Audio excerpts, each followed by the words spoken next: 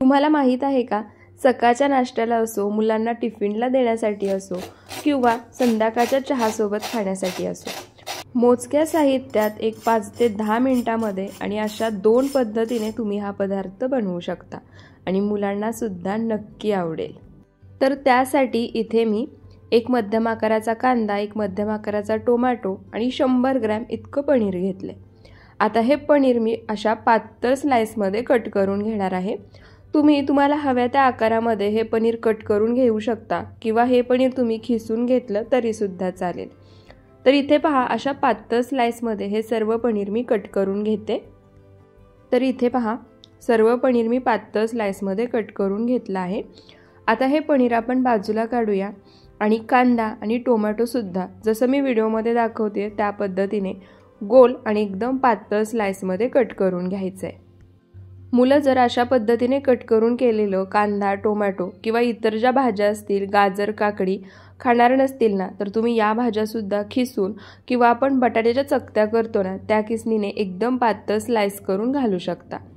कांदा पहा, तुम्ही एकदम पातळ स्लाइसमध्ये मी कट करून घेतलाय। आता याच पद्धतीने हे टोमॅटो सुद्धा पातळ स्लाइसमध्ये कट करून घेते। तर इथे पहा, कांदा, टोमॅटो आणि पनीर एकदम पातळ स्लाइसमध्ये कट करून झाला आहे।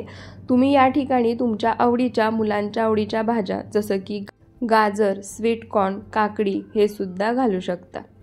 त्यानंतर इथे मी व्हाईट ब्रेड घेतला आहे। तुम्ही ब्राउन ब्रेड सुद्धा या ठिकाणी वापरू शकता। माझ्याजवळ व्हाईट ब्रेड होता, तोच मी इथे वापरत आहे। त्यानंतर मोझरेला चीज, टोमॅटो केचप, ऑरिगॅनो आणि चिली फ्लेक्स सुद्धा घेतला आहे। आता यामुळे काय होतं, मुलांना खायलाही मजा येते, आवडतं सुद्धा आणि मुलं अगदी आवडीने पोट भरून खातात। त्यानंतर आता काय करायचं, या ज्या ब्रेड स्लाइस मी घेतल्या आहेत त्याच्यावरती टोमॅटो केचप लावायचा।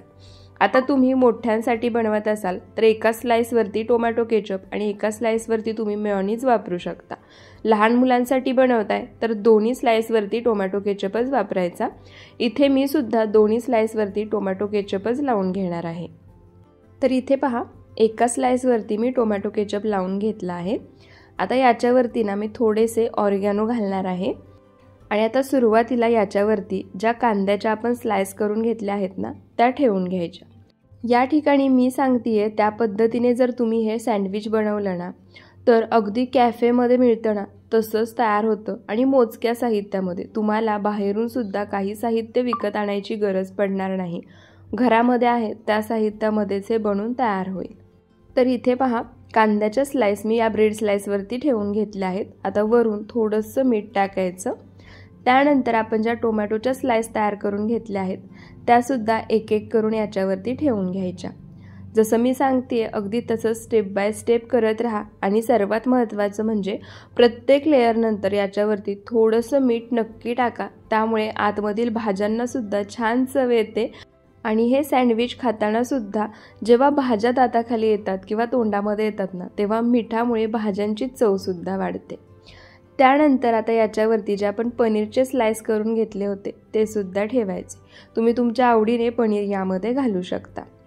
आता पनीरचे स्लाइस ठेवल्यानंतर इथे मी जे चीज घेतलं आहे ना, ते चीज याच्यावरती घालायचं।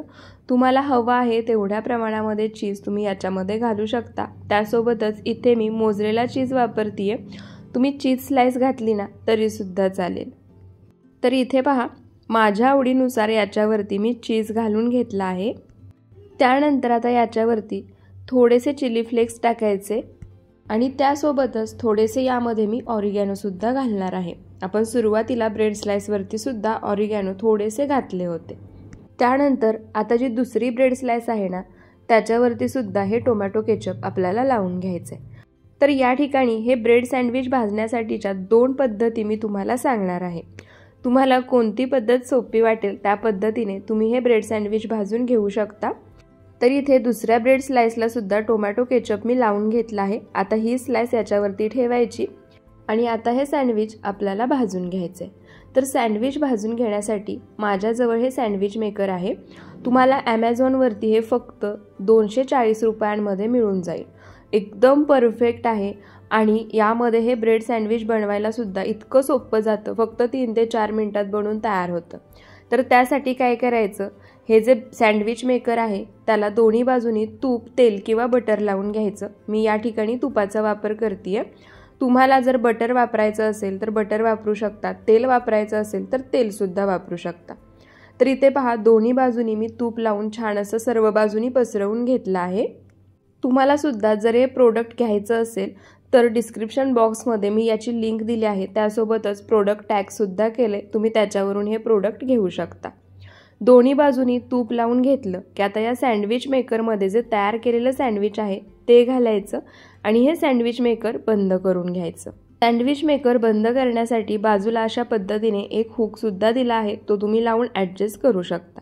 आता हे सँडविच आपण दोन्ही बाजूनी छान असं भाजून घेऊया। त्यासाठी काय करायचं, गॅस चालू करायचा, गॅसचा फ्लेम मीडियम ठेवायचा आणि आता मीडियम फ्लेमवरती या पद्धतीने हे सँडविच मेकर एका बाजूने 2 ते 3 मिनटं आणि दुसऱ्या बाजूने 2 ते 3 मिनटं फिरवून घ्यायचं। अगदी 2 ते 3 मिनटामध्येच एका बाजूने हे सँडविच छान असं खरपूस भाजलं जातं, दुसऱ्या बाजूने सुद्धा 2 ते 3 मिनटं भाजून घ्यायचं।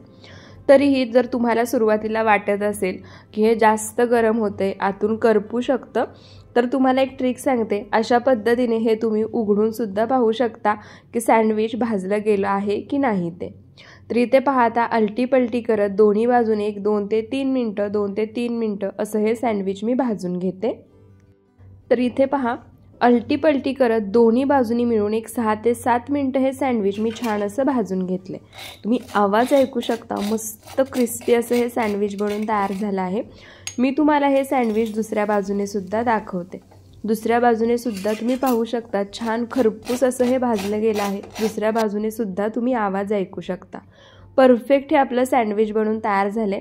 आता हे सँडविच आपण काढून घेऊयात। मी तुम्हाला हे कट करून सुद्धा दाखवते।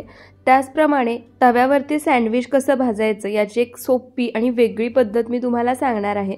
त्यामुळे तुम्ही तव्यावरती जरी हे सँडविच भाजून घेतलं ना तरी सँडविच अजिबात करपणार नाही आणि सर्व बाजूनी एकसारखं भाजलं जाईल।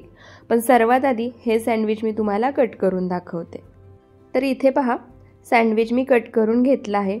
मस्त चीजफुल होते आणि परफेक्ट असे सँडविच तयार झाले। तुम्ही भाज्यासुद्धा आतमध्ये पाहू शकता किती छान दिसतंय।